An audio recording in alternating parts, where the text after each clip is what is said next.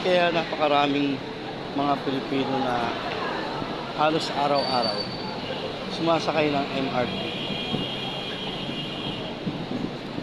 So yun guys, siguro dahil malaking tulong yung MRT.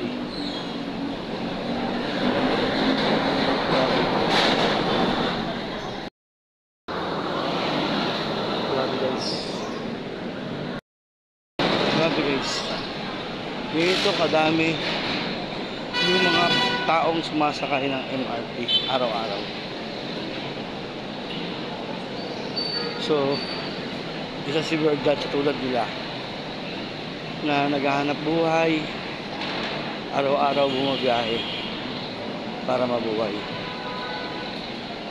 Grabe. Ito yung mga manggagawang Pinoy, yung mga construction workers, factory workers, office. Grabe na guys, oh. Grabe guys. Kahit gaano kainit, kahit gaano kahirap, ang malaga matapos natin yung assignment natin sa araw na ito.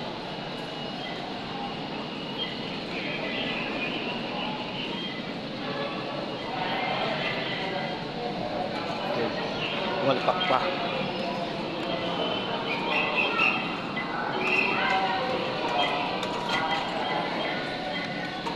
Ouch. Aroy. So yun guys, time check is 10:12. So kailangan makabalik tayo ng opisina bago mag 12.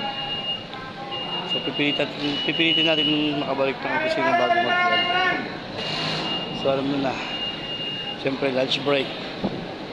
Wala tayong budget para sa lunch break eh. Grabe guys.